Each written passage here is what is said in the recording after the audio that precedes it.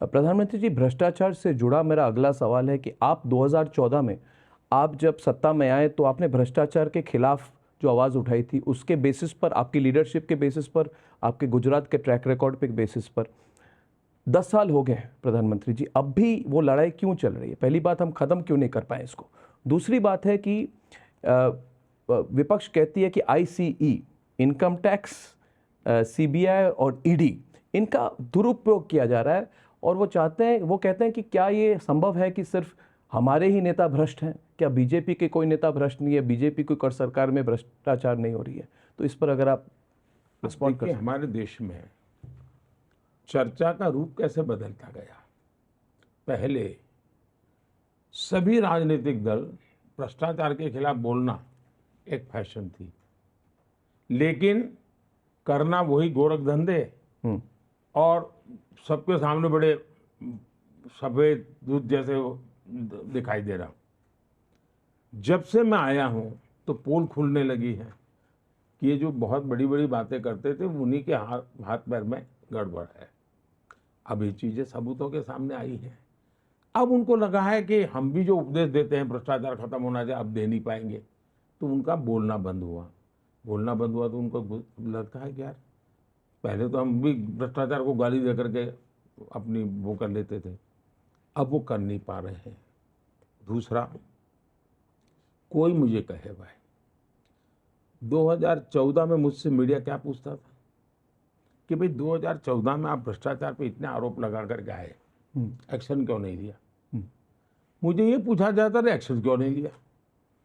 मैं किसी को बदला तो लेना नहीं चाहता था, मैं किसी का नुकसान नहीं करना चाहता था, लेकिन मैंने सरकार में खुली छूट दी थी कि कानूनन तरीके से जो भी चीज़ें हैं बारीकी से वेरीफाई कीजिए, और अगर मेरी पार्टी का होगा या किसी और पार्टी का होगा, पॉलिटिकल होगा या नॉन पॉलिटिकल होगा, व्यापारी होगा या ब्यूरोक्रेट होगा, ड्रग माफिया होगा कि गन माफिया होगा, हम किसी को नहीं छोड़ेंगे। ये मैं मेरी अपनी टीम, सरकार की सिस्टम का मेरे यही वाक्य होते हैं। उन्होंने अपना काम शुरू किया और मुझे गालियां सुननी पड़ रही थी, बड़ी बड़ी बातें करते थे, कुछ नहीं निकाला नहीं। जैसे एक और मुख्यमंत्री है जो बहुत बड़ी बातें करते, शीला दीक्षित जी को कितनी गालियां दी थी, कितना बदनाम किया था। और मैं व्यक्तिगत रूप से शीला जी का बहुत सम्मान करने वाले व्यक्तियों में से हूँ, वो कांग्रेस के नेता थे, लेकिन उन पर जो आरोप लगाए और जीवन के आखिरी दिन में जिस प्रकार से उनको बदनाम किया गया, मैंने उनको देखा है निकट से, मैं ये बातें गले मेरे नहीं उतरती थी, और इसलिए मैं सीरियस था कि भाई रियलिटी क्या है। और सरकार में आने के बाद मुझे सुविधा थी। हम धीरे धीरे धीरे करते करते करते करते देखे तो 17 में, 18, 19, बाद में धीरे धीरे करके चीजें, अब जब 1.25 लाख करोड़ रुपया दिखता है आपको अटैच, आपको कैश के ढेर दिखते हैं, उसके बाद आप कैसे कह सकते हो कि ईडी सीबीआई गलत कर रही है? मान लीजिए पुलिस वाले ने किसी को खून से रंगे हुए चाकू के साथ पकड़ा, फिर आप कहेंगे कि ये पुलिस गलत है, गलत आदमी को पकड़ा है, कैसे गले उतरेगा जी? देश देख रहा है जी। और इसलिए मैं मानता हूं, दूसरा मेरा अपना ट्रैक रिकॉर्ड जी, इतने साल में रहा। आपको याद हो, मेरे यहाँ अमर सिंह चौधरी लीडर तो अपोजिशन थे, जी, उनका ऑफिशियल बयान था कि भाई मोदी जी पर हम बाकी सब करेंगे, लेकिन हम उन पर भ्रष्टाचार का कोई आरोप नहीं लगा सकते। ये लीडर तो अपोजिशन का, और वो एक बार मुख्यमंत्री रह चुके व्यक्ति थे, वो सामान्य व्यक्ति नहीं थे। उन्होंने ये कहा कि भाई मोदी जी पर ऐसी बात नहीं कर सकते, उनकी सरकार पर भी नहीं कर सकते, ये उनका बयान था।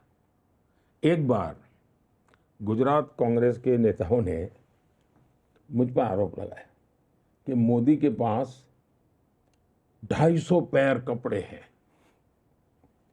तो उसी दिन मेरी एक पब्लिक मीटिंग थी तो मैं पब्लिक मीटिंग में मैंने बोला, मैंने कहा मेरा सुना है कि हमारे कांग्रेस के मित्रों ने मुझ पर आरोप लगाया है कि मेरे पास 250 पैर कपड़े हैं।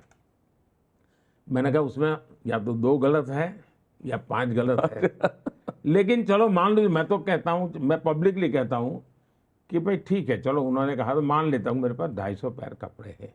अब आप मुझे बताइए कि आपको कैसा मुख्यमंत्री चाहिए, जिसके दामाद के पास 250 एकड़ लोगों की दबाई हुई जमीन है, वो मुख्यमंत्री चाहिए कि 250 पैर कपड़े वाला चाहिए?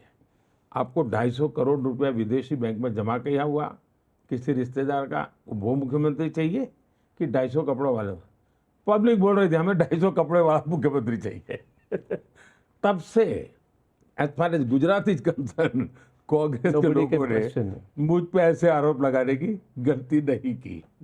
तो तीसरे कार्यकाल में ये भ्रष्ट जो हैं, जिन पर कार्रवाई चल रही है और जो है अभी भी, जिन पर हुई नहीं है, उनके लिए क्या मैसेज है आपका? ऐसा है, मेरा मैसेज मेरी सरकार का एक विजन स्टेटमेंट होता है।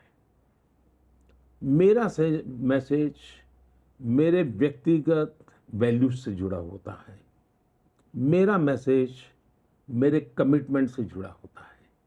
और इन तीनों विषय में मेरा एक कमिटमेंट है कि मेरे देश में ये बेईमानी का खेल बंद होना चाहिए, देश को आगे बढ़ना है। तो और आज आपको संतोषजनक जिंदगी जीने के लिए ये चोरी लूट करने की जरूरत नहीं है जी।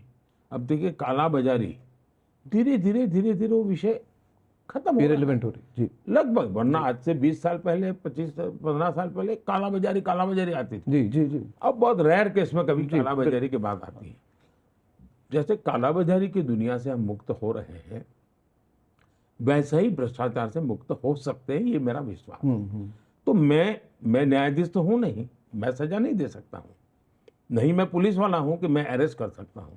मैं सरकार को सूचना दे सकता हूं कि मेरी सरकार है, उसका करप्शन के विषय में जीरो टॉलरेंस है। Zero compromise. Zero tolerance. Compromise का तो सवाल नहीं उठता। मेरे दरवाजे पर दस्तक नहीं दे सकता है कोई कॉम्प्रोमाइज के लिए। लेकिन एक तो पहलू ये हो गया, लेकिन दूसरा आपको मेहनत करके सॉल्यूशन भी देने पड़ते हैं। जी जी जी। सिर्फ मैं उपदेश दूं और डंडा चलाते रहे लोग, हमारी सरकार वाले, इससे नहीं चलता है। जैसे हमने डायरेक्ट बेनिफिट ट्रांसफर करीब 35-40 लाख करोड़ रुपया डायरेक्ट बेनिफिट ट्रांसफर में गया। अब ये 35-40 लाख करोड़ रुपया, अगर राजीव गांधी ने जो कहा था 1 रुपया जाता है 15 पैसे पहुंचता है, तो 40 लाख करोड़ का क्या हुआ होता भाई?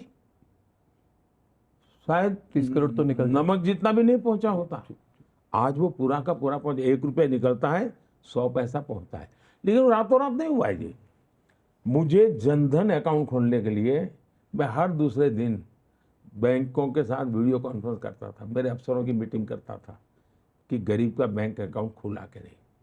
फिर आधार भी देखिए इतनी पवित्र चीज, और सभी सरकारों ने कैसे उसके साथ जुड़ी हुई थी। लेकिन जब मेरी सरकार आगे बढ़ने लगी, सुप्रीम कोर्ट में ऐसे अड़ंगे डाले, भांति भांति उन्हीं लोगों ने डाले, पॉलिटिकल पार्टी के लोगों ने डाले। फिर मोबाइल डिजिटल इंडिया मेरी मूवमेंट, तो आधार, मोबाइल और जनधन अकाउंट, ये ऐसे ट्रेनिंग, और ये मेरे मन में डिजाइन क्लियर थी, कोई बाद में नहीं आई। उसका आज परिणाम है कि ट्रांसपेरेंसी आई। उसी प्रकार आप देखिए गरीब आदमी भी आज, रेडी पट्टी वाला भी QR कोड रखता है।